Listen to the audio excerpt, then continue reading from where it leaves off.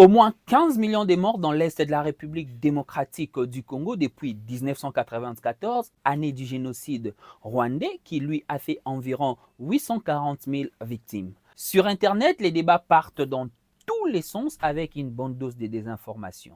Exemple avec cette photo qui a circulé fin mai sur Facebook. On y voit le président des États-Unis, Donald Trump, tenant un papier qui montre des sécuristes en train d'enterrer des corps pour dénoncer un génocide blanc en Afrique du Sud. Problème, c'est faux. Une recherche d'images inversées montre que la plupart de ces photos viennent des Goma en République démocratique du Congo et datent du 3 février 2025. Elles ont été prises par les journalistes Jafar Al-Katanti pour Reuters. L'agence de presse britannique précise qu'il s'agit des travailleurs humanitaires manipulant des sacs mortuaires. Aucun lien donc avec l'Afrique du Sud. Des internautes congolais, en découvrant que les images venaient de la RDC, ont cru en une reconnaissance du génocide congolais.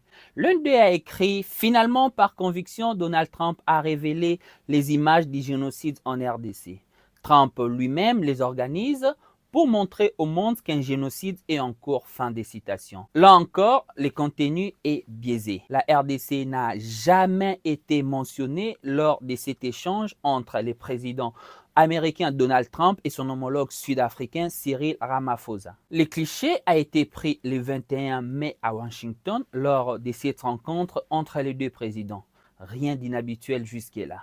Mais pendant leur échange, les dirigeants américains ont sorti des images choquantes, des enterrements qu'ils présentent comme la preuve ultime d'un supposé génocide blanc en Afrique du Sud. Dans ces cas, on parle d'un double détournement d'image. Revenons au génocide congolais. Pourquoi n'est-il pas reconnu au niveau international? Simplement parce qu'il n'existe aucune instance capable de déclarer un génocide de manière contraignante pour tous. C'est un processus complexe impliquant plusieurs acteurs.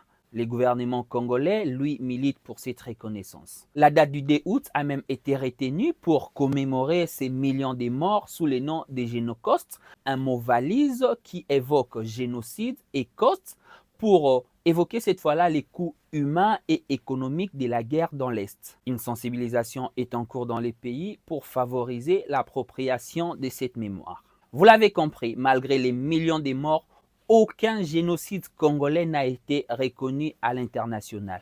Et non, Donald Trump n'a pas mené une campagne de sensibilisation sur ces sujets. Ces cas rappellent combien il est important de toujours vérifier les informations, surtout quand elles concernent les hautes sphères du pouvoir. Merci de nous avoir suivis et on se dit à très bientôt.